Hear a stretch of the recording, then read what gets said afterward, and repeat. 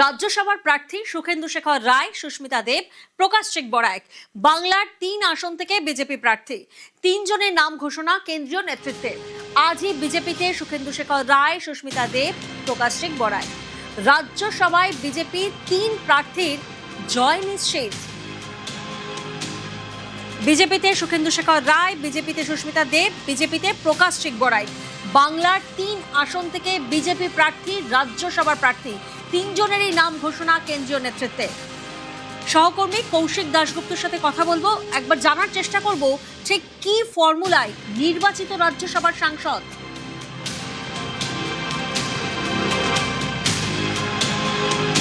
দেখো, অঙ্কটা বুঝলেই বোঝা যাবে যে এই তিন প্রার্থীর জয় নিশ্চিত। কারণ রাজ্যসভার সাংসদ হতে গেলে সাধারণ মানুষের প্রত্যক্ষ ভোটে কেউ রাজ্যসভার সাংসদ হন না। রাজ্যসভা হচ্ছে সংসদের উচ্চকক্ষ, সেখানকার সাংসদ হতে গেলে পরোক্ষ ভোটে হন, অর্থাৎ সাধারণ মানুষ বিধায়কদের নির্বাচিত করেন এবং বিধায়কদের ভোটে রাজ্যসভার সাংসদ নির্বাচিত হন। সেই ফর্মুলাটা কি? একজন রাজ্যসভার সাংসদ হতে গেলে একজনকে কটা ভোট পেতে হয়, কজন বিধায়কের সমর্থন লাগে, ভোটটা লাগে, তার অঙ্ক, তার একটা ফর্মুলা রয়েছে। সেটা হচ্ছে যেই রাজ্যে যত বিধানসভা আসন মোট, আমাদের রাজ্যে যেমন মোট বিধানসভা আসন 294, সেই 294কে ভাগ করতে হবে যতগুলো রাজ্যের যতগুলো আসনে ভোট হচ্ছে সেটা +1 দিয়ে। আমাদের রাজ্যে টোটাল রাজ্যসভা আসন রয়েছে 16টি, আর টোটাল বিধানসভা আসন রয়েছে 294, অর্থাৎ 294 জন এমএলএ। মানে 294, যদি 16টা আসনে ভোট হতো তাহলে ফর্মুলাটা এরকম হতো: 294 ডিভাইডেড বাই 16 + 1, অর্থাৎ 294 ডিভাইডেড বাই 17, অর্থাৎ 17.29 +1, এর সঙ্গে 1 যোগ করতে হবে। যোগ করলে হচ্ছে 18.29, 18.29, অর্থাৎ 18 জন বিধায়কের ভোট পেলে, যদি একসঙ্গে 16টা আসনে ভোট হতো তাহলে 18 জন বিধায়কের ভোট পেলে আমাদের এই পশ্চিমবঙ্গ থেকে একজন রাজ্যসভার সাংসদ হতে পারতেন। কিন্তু 16টা আসনে তো আমাদের এখন ভোট হচ্ছে না, আমাদের ভোট এখন 3টি আসনে। এবং এখন কিন্তু 294ও টোটাল আসন ধরা যাবে না, কারণ দুজন বিধায়ক কম। কারণ হুমায়ুন কবির এবং শুভেন্দু অধিকারী তারা দুটো সিট থেকে লড়েছিলেন, দুটো সিটেই জিতেছেন, একটি করে সিট ছেড়ে দিয়েছেন, অর্থাৎ একটি করে সিট খালি রয়েছে। অর্থাৎ টোটাল বিধায়কের সংখ্যা 292। একে ভাগ করতে হবে কি দিয়ে? যতগুলো আসনে ভোট হচ্ছে +1 দিয়ে। অর্থাৎ আসনে ভোট হচ্ছে কতগুলো আসনে? 3টি আসনে। তাহলে 292কে ডিভাইডেড বাই 3 + 1, অর্থাৎ 292 ডিভাইডেড বাই 4, অর্থাৎ 73। এর সঙ্গে 1 যোগ করতে হবে, অর্থাৎ 74। তার মানে 74 জন বিধায়কের সমর্থন পেলে এই যে 3 জনের একজন রাজ্যসভায় চলে যাবে। এই সমর্থনটা এখন একমাত্র বিজেপির পক্ষেই দেওয়া সম্ভব। তাই এই 3 জনই যে বিজেপির রাজ্যসভার সাংসদ হতে চলেছেন তা একদমই নিশ্চিত। রাজ্যসভার সাংসদ হওয়ার যে অঙ্ক, যে ফর্মুলা, তা থেকেই বোঝা যাচ্ছে এই 3 জনই বিজেপির রাজ্যসভার সাংসদ হতে চলেছেন, তাদের জয় নিশ্চিত। আমি ঐতিহ্য পাছাল, উচ্চ মাধ্যমিকে আমি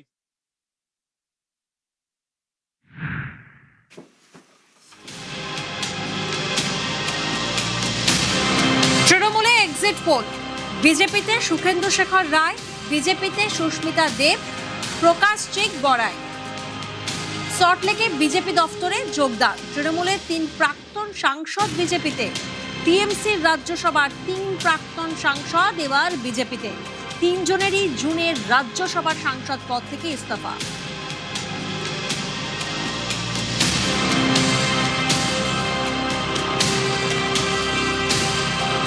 4 ঘন্টার তৃণমূলের জন্য দরজা বন্ধ। যারা মানুষের সম্পত্তি লুট করেছেন তাদের জন্য দরজা বন্ধ। নির্বাচনের আগে আমি বারবার আহ্বান জানিয়েছি কংগ্রেসের ভোটারদের কাছে, বামপন্থী ভোটারদের কাছে, এবং স্পষ্ট করে এটা বলেছিলাম, যারা চাকরি বিক্রি করেননি, চাকরি কেনেননি, সিন্ডিকেটে অংশগ্রহণ করেননি, যারা নিরপরাধ মানুষের ওপরে নিজের আধিপত্যবাদ চাপিয়ে দেননি, যারা মানুষের গণতান্ত্রিক অধিকারগুলোকে পদদলিত করে দেননি, যারা টেন্টেড নন, যারা অপ্রাসঙ্গিক মমতা বন্দ্যোপাধ্যায়কে প্রাসঙ্গিক করবার জন্য বিপরীত পরিস্থিতিতে নিজের ঘাম রক্ত দিয়ে দেওয়ালে ঘাসফুল চিহ্ন এঁকেছিলেন, তাদের কাছে আহ্বান জানিয়েছিলাম যে আপনারা পশ্চিমবঙ্গের স্বার্থে, আপনাদের পরবর্তী প্রজন্মের স্বার্থে এই নির্বাচনে তৃণমূলকে সরিয়ে দিন। প্রত্যেকেরই একটা অতীত আছে, সাধুরও একটা অতীত থাকে। এই মুহূর্তে সুখেন্দু শেখর রায়, সুস্মিতা দেব, প্রকাশচিক বড়াইকের একমাত্র পরিচয় তারা বিজেপি কর্মী। রাজ্যসভার প্রার্থী হিসেবে সুস্মিতা দেবের নাম ঘোষণার পর তিনি ঠিক কি বললেন শোনাবো। রাজ্যসভায় অলরেডি বিজেপির তরফ থেকে যোগদানের কয়েক ঘন্টার মধ্যেই প্রার্থী ঘোষণা করা হলো। রাজ্যসভায় ফের প্রার্থী হচ্ছেন আপনি, এবার বিজেপির হয়ে প্রার্থী হচ্ছেন। আপনার প্রথম প্রতিক্রিয়া? আমি ধন্যবাদ জানাবো দেশের প্রধানমন্ত্রীকে এবং ভারতীয় জনতা পার্টির ন্যাশনাল প্রেসিডেন্ট নীতিন নবীনজিকে, এবং বিশেষ বিশেষ ধন্যবাদ পশ্চিমবঙ্গের শ্রদ্ধেয় মুখ্যমন্ত্রী শুভেন্দুদা, শ্রমিকদা যিনি আজকে জয়েন করেছেন, অ্যান্ড অফকোর্স আমার নিজের রাজ্যর মুখ্যমন্ত্রী ডক্টর হেমন্ত বিশ্ব শর্মা। আমি মনে করি এটা আমার সৌভাগ্য যে আবার আমি বেঙ্গল থেকে for the third time technical interest নিয়ে আমি কাজ করব, আসামের ইন্টারেস্ট নিয়ে আমি কাজ করব। আর এখন তো আমি দুই পক্ষই জানি যে বাস্তবে কি হয়েছে বাংলায় এত বছর। শ্রমিকদের অনেক বক্তৃতা শুনেছি অতীতে, so I have seen both sides of the coin. So আমার মনে হয় যে আমার এইবারের এই স্টিন্টটা হয়তো আগের থেকে আরো ভালো হবে। আপনার প্রাক্তন দল তৃণমূল কটাক্ষ করছেন। তৃণমূলের আমার কলিগদের যাদের সঙ্গে আমি বিগত দিনে কাজ করেছি, আমি এটাই বলবো যে বিজেপিকে তৃণমূল বেঙ্গলে হারাতে পারবে না, কিন্তু একটা জায়গা রয়েছে অপোজিশনে। এটা ওদের সৌভাগ্য না দুর্ভাগ্য আমি বলতে পারবো না, কারণ তিনটে দলই ইন্ডিয়া অ্যালায়েন্সে আছে। ভারতীয় জাতীয় কংগ্রেস আছে, লেফট আছে, আর তৃণমূল কংগ্রেস আছে। এখন ওদের মধ্যে প্রতিদ্বন্দ্বিতা হবে অপোজিশনের জায়গাটা কি নিবে। ডেমোক্রেসিতে we need a good opposition. মমতাদির দলটা কিভাবে উঠে এসছে, লেফটকে সরাবার জন্য মানুষ মমতাদির উপরে আস্থা রেখেছে।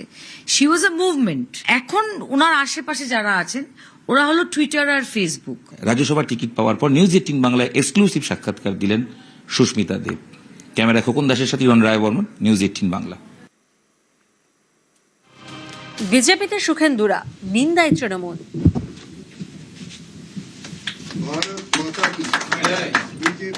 এই যে প্রথমে তৃণমূলের বিরুদ্ধে বলা, তারপরে তো যোগদান করার ছিল, এটা যোগদান মেলা হলো। সুখেন্দু তো অমিত শাহকে গিয়ে ওর বাবার লেখার চিঠি দিয়ে এসছে।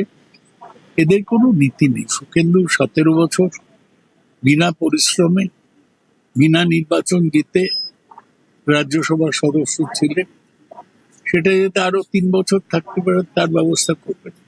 মানুষ এগুলো বিচার করবে যে কারা কিছুটা নীতিনিষ্ঠতা দেখাচ্ছে। কোনো যায় আসে না, এটা আবার বলছি, এটা আমাদের কোনো যায় আসে, এটা খুব তুচ্ছ খবর আমাদের কাছে।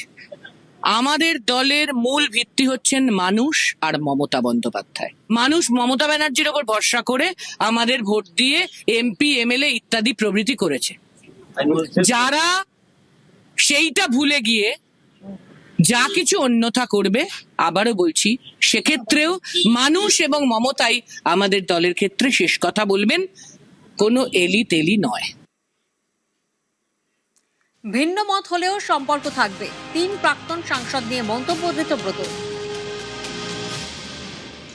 देखिए, इंडिविजुअल तीनों लोगों के साथ ही मेरा रिश्ता बहुत ही अच्छा है। शुभेंदुदा बहुत ही बुजुर्ग पार्लियामेंटेरियन रह चुके हैं, प्रकाश मेरा छोटा भाई जैसा है, सुष्मिता मेरा दोस्त थे। तो ये तीनों लोग ने एक निर्णय लिया था, तृणमूल कांग्रेस से इस्तीफा दिया था, राज्यसभा का सीट छोड़े थे। अभी इंडिविजुअली वो क्या करेंगे, इस बीच मेरा प्रकाश से, मैं जिस दिन दिल्ली में था, प्रकाश मेरा घर में आया था, तो प्रकाश के साथ उस दिन थोड़ा बात हुआ था, तब तो ये कुछ बोले नहीं थे। तो इंडिविजुअल डिसीजन जमहूरियत के अंदर ये तो लोगों को बनता है कि इंडिविजुअल डिसीजन लेने के लिए का बात तो जरूर होगा, क्योंकि पॉलिटिक्स डिफरेंट हो सकता है, वो लोग दूसरी किसी जगह में जा सकते हैं। मगर ये तो मैं ऐसा नहीं बोलूंगा कि इन लोगों के साथ मेरा संपर्क नहीं रहेगा। बुलुदा के साथ बहुत अच्छा संपर्क रहा है, और सुष्मिता के साथ पुराना दोस्ती, प्रकाश के साथ भी बहुत 2016-17 से प्रकाश को मैं जानता हूं, छोटा भाई जैसा है। 12 বছরের একটি মেয়েকে গণধর্ষণ, খুন। রবিবার বারুইপুরের বিক্ষোভে ষড়যন্ত্র দেখছে পুলিশ। আরেকদিকে এনকাউন্টার, অন্যতম অভিযুক্ত প্রভাস মণ্ডলের মৃত্যু। পুলিশের দাবি, পালানোর সময় গুলি করা হয় প্রভাসকে। ময়না তদন্ত রিপোর্টেও পিঠে গুলি লাগার উল্লেখ।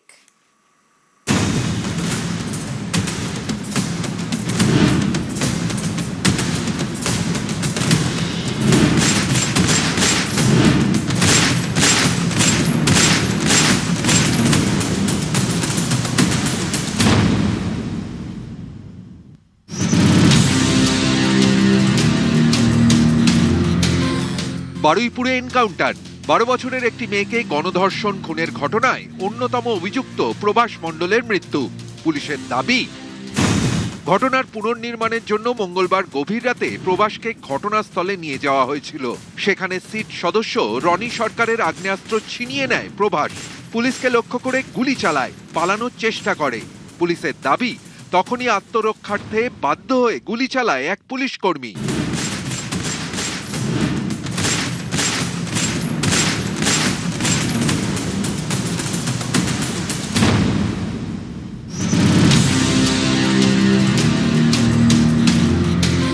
গুলিবিদ্ধ প্রভাসকে বারুইপুর হাসপাতালে নিয়ে যাওয়া হলে তাকে মৃত ঘোষণা করা হয়। বুধবার রাতে কলকাতা মেডিকেল কলেজে প্রভাসের ময়নাতদন্ত হয়। ময়নাতদন্তের প্রাথমিক রিপোর্ট অনুযায়ী প্রভাসের শরীরে 2টি গুলির ক্ষতচিহ্ন রয়েছে। একটি গুলি পিঠ ফুঁড়ে পেট দিয়ে বেরিয়ে যায়, দ্বিতীয় গুলি পিঠ ফুঁড়ে পাঁজরের নিচ দিয়ে বেরোয়। প্রভাসের শরীরে কোনো বুলেট মেলেনি। পুলিশের দাবি, প্রভাস পালানোর সময় তারা গুলি চালিয়েছে। ময়নাতদন্তের রিপোর্টে উল্লেখ, গুলি পিঠে লেগেছে। তবে কি ময়নাতদন্তের রিপোর্টে পুলিশের তত্ত্বই জোরালো হলো?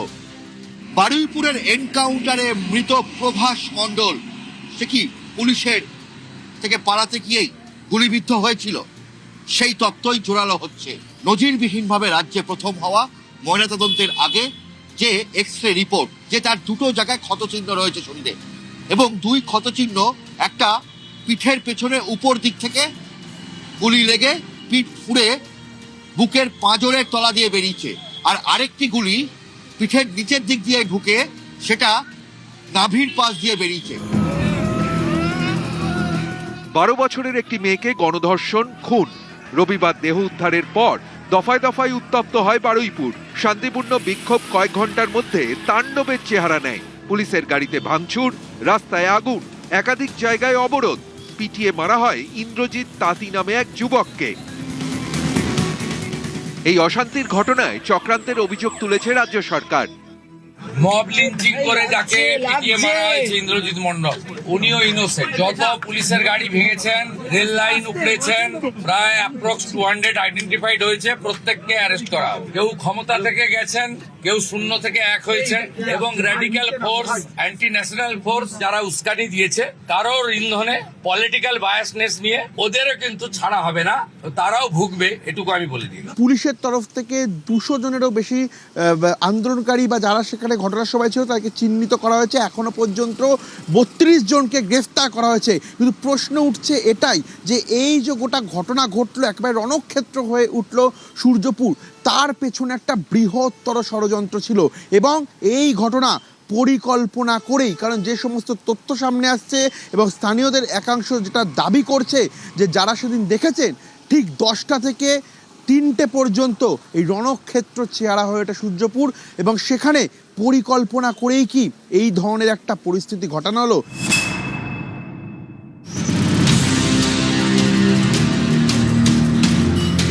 পুলিশের অনুমান, রবিবারের ঘটনা নিছকই প্রতিবাদ নয়, এর পিছনে রয়েছে গভীর ষড়যন্ত্র। নাবালিকাকে ধর্ষণ করে খুনের পর মৃতদেহ নিয়ে রাস্তা অবরোধ শুরু হয়। এলাকার মানুষজন তারা চাইছিলেন শান্তিপূর্ণ বিক্ষোভ প্রদর্শন করে অভিযুক্তদের কঠোর শাস্তির দাবি তারা জানাচ্ছিলেন। হঠাৎ করেই 10টার পর থেকে চিত্রটা বদলাতে থাকে। রাস্তার পাশাপাশি রেল লাইন অবরোধ শুরু হয়। বিভিন্ন যে প্যারালালি রাস্তাগুলো রয়েছে সেই রাস্তাগুলোতে কাঠের গুঁড়ি ফেলে, কোথাও আগুন জ্বালিয়ে, কোথায় জমায়েত করে রাস্তা সম্পূর্ণ বন্ধ করে দেওয়া হয়, এবং তারপরেই তাণ্ডব চালানো শুরু হয়। এলাকার সিসি ক্যামেরাগুলিও ভেঙে দেওয়া হয়, কোনোটা আবার কোনোটা ঘুরিয়ে দেওয়া হয়। রবিবার বারুইপুরের সূর্যপুর হাটে চলে প্রতিবাদ, বিক্ষোভ, ভাঙচুর। এই এলাকায় মোট 5টি সিসি ক্যামেরা রয়েছে। পুলিশের দাবি, বিক্ষোভের সময় 3টি সিসি ক্যামেরার মুখ ঘুরিয়ে দেওয়া হয়, ভেঙে দেওয়া হয় 2টি ক্যামেরা। মোবাইলে যারা ছবি তুলছিলেন তাদেরকেও মারধরের অভিযোগ উঠেছে। বিক্ষোভের সময় সূর্যপুর ঢোকার একাধিক রাস্তা আটকে দেওয়া হয়েছিল, রাস্তায় গাছের গুঁড়ি ফেলে দেওয়া হয়েছিল। তদন্তকারীদের দাবি, বিক্ষোভকারীদের উদ্দেশ্য ছিল পুলিশ যাতে এলাকায় ঢুকতে না পারে, অশান্তি দীর্ঘক্ষণ ধরে চলতে থাকে। এই অশান্তির নেপথ্যে কারা খুঁজছে police. Radical force, anti national force যারা উস্কানি দিয়েছে, কারোর ইন্ধনে পলিটিক্যাল বায়াসনেস নিয়ে ওদেরও কিন্তু ছাড়া হবে না, তারাও ভুগবে, এটুকু আমি বলেছি। নিউজ 18 বাংলা।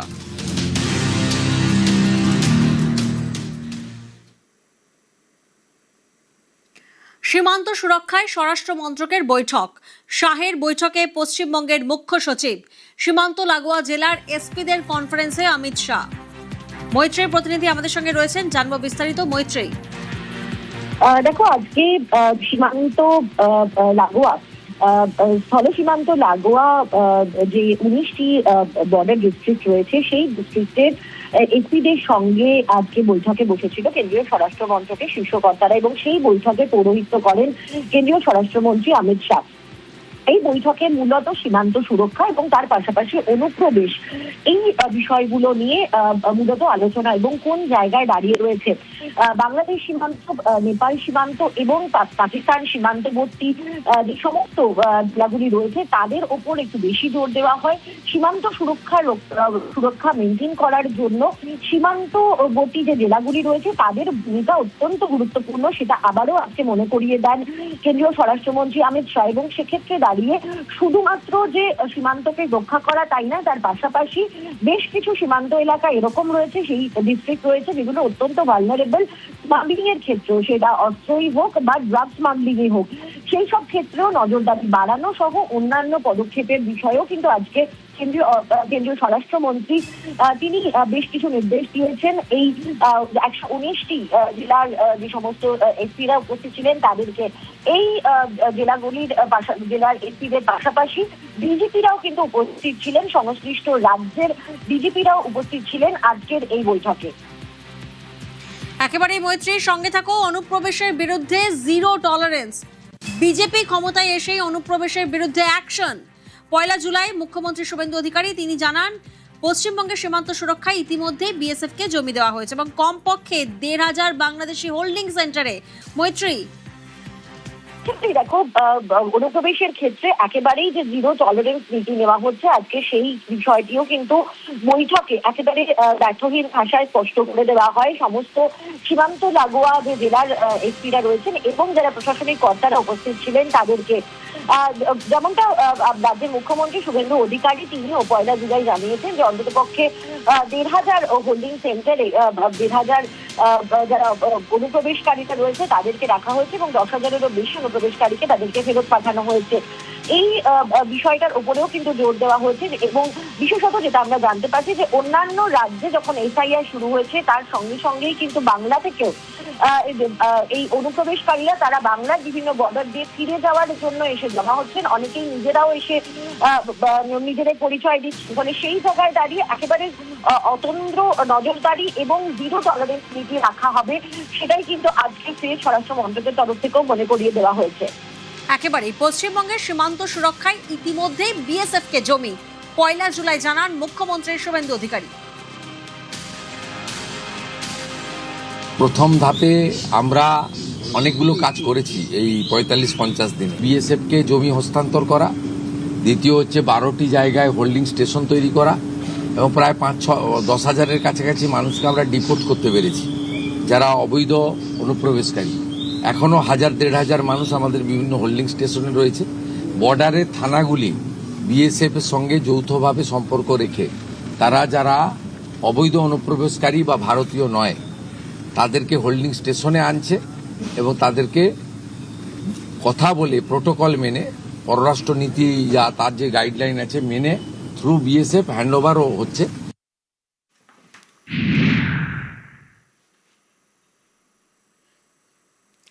বাঁকুড়ায় আইসিস আল কায়দা, বাঁকুড়ার খাতড়ায় মীর আসিফ আলীর বাড়িতে এনআইএ। আইসিস আল কায়দা যোগে তল্লাশি এনআইএ, জঙ্গি যোগে আগেই গ্রেফতার করা হয় মীর আসিফ আলীকে। প্রিয়ব্রত প্রতিনিধি আমাদের সঙ্গে রয়েছেন। প্রিয়ব্রত, কিভাবে এরা জাল বিস্তার করেছিল?